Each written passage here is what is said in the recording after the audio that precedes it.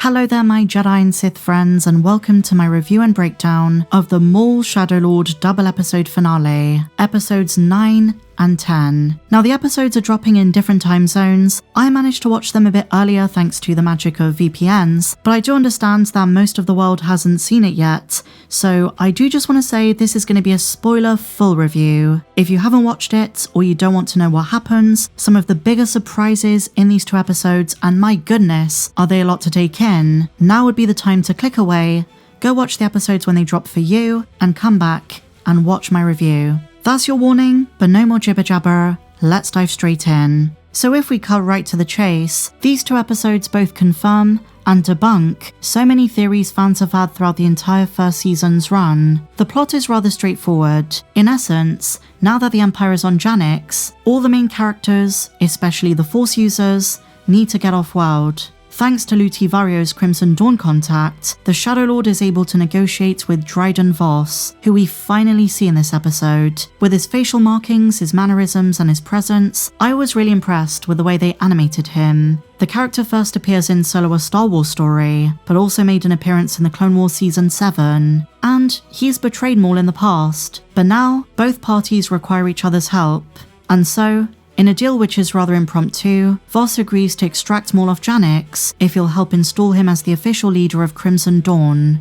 Now this is actually a rather intriguing and world-building conversation, because we learn in Maul's absence from the Shadow Collective, in the interim between the Clone Wars and this show, a certain boss Rintero has taken control of the Dawn. So in Season 2 I assume we're going to see Maul kill this guy, and install Voss as the leader of Crimson Dawn. But there's a huge asterisk next to the word leader, because as we know in Solo a Star Wars story, Dryden Voss is just the public face of the organization, but Maul is, and pardon the pun, the Shadow Lord, the true leader behind the Syndicate's operations. And as the title of the episode suggests, Maul has to work with the Jedi, Two Boots, and the Lawsons in order to map their escape. Everything goes to plan, well, at least until the Inquisitors catch up with them, and Maul loses the majority of his allies. The only one who remained for a few extra seconds was Rook Kast, before she was killed, dragged into the fog, by guess who? Someone we've been anticipating all along, Darth Vader, who snaps her neck. He's come to Janix to finish the job the Inquisitors started. And by the way, my friends, this all but confirms that Rook Kast is not the armorer. A few weeks ago I made a video breaking down very much the same thing, why I didn't think Lucasfilm was going to make this connection. And so, because Rook Kast doesn't make it beyond 18 BBY, there's your confirmation. The armorer is a separate character. Now you could make the argument that we never actually see Rook Kast die on screen, but it's heavily implied, and I hate that cop-out. And as I've been saying since the end of the last two episodes, this series is setting up where Maul ends up by the time of Solo. None of the allies from this series are around by then. And I do want to give a special shout out to one of the more painful deaths, Spybot. Brandon Lawson's death was also pretty tragic, but come on, Spybot, he did nothing wrong. And a truly unexpected visual reference in the same scene was Maul splitting his lightsabers in half to fight the Inquisitors in the same style as Ahsoka. The way he ran with the two lightsabers behind his back, the Jar Kai style of fighting, I reckon Maul picked up a few fighting tips from her when she fought him at the end of the Clone Wars.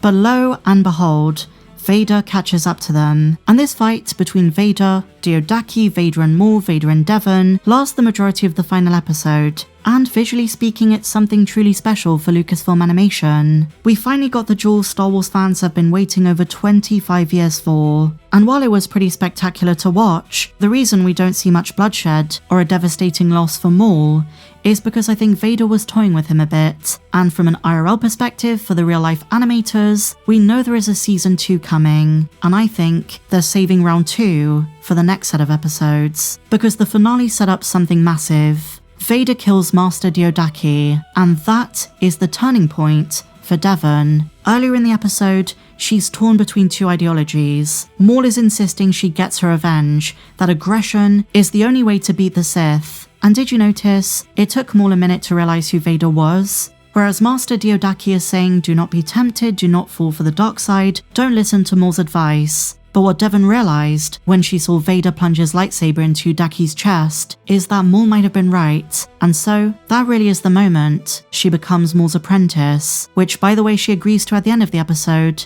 In Crimson Dawn's transport, she looks at Maul and says, "I'm ready."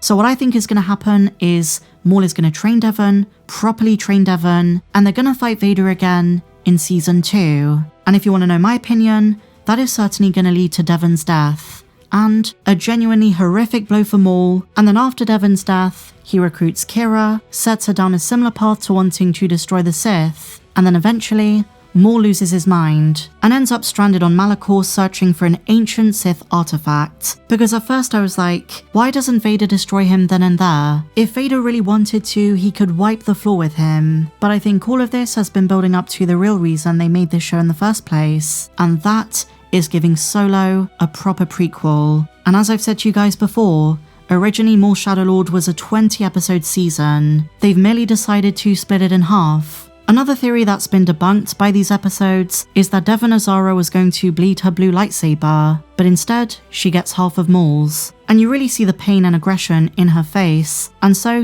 this goes back to Dave Filoni saying that he was inspired by George Lucas's sequel treatments. If you want to say she's becoming a canon version of Darth Talon, I suppose that's kind of true. She is a Twi'lek who's now turned to the dark side for all intents and purposes. But the one character whose fighting style really stood out was Darth Vader, the hacking motion that we also see being employed by Luke in Return of the Jedi. Obviously very inherent to Vader as well, especially when he was Anakin, and there are lots of parallels to Revenge of the Sith and Battle of the Heroes, but Luke was the first person I thought of. I also want to give these episodes a lot of credit with the way they portray emotion, the fear on the faces of the Jedi when Vader appears, and the bafflement on Maul's face when he realizes that this is not an Inquisitor. He's obviously envisioned what it would be like to fight Sidious's new apprentice, but I don't think he ever imagined he'd be that powerful. And I think, going into Season 2, with the way Maul is going to have to regroup, he's also realizing he has to up the ante because Vader is not an easy opponent. And I think that's what Devon's purpose is. Maul knows he can't fight Vader alone, and now he has this apprentice who says,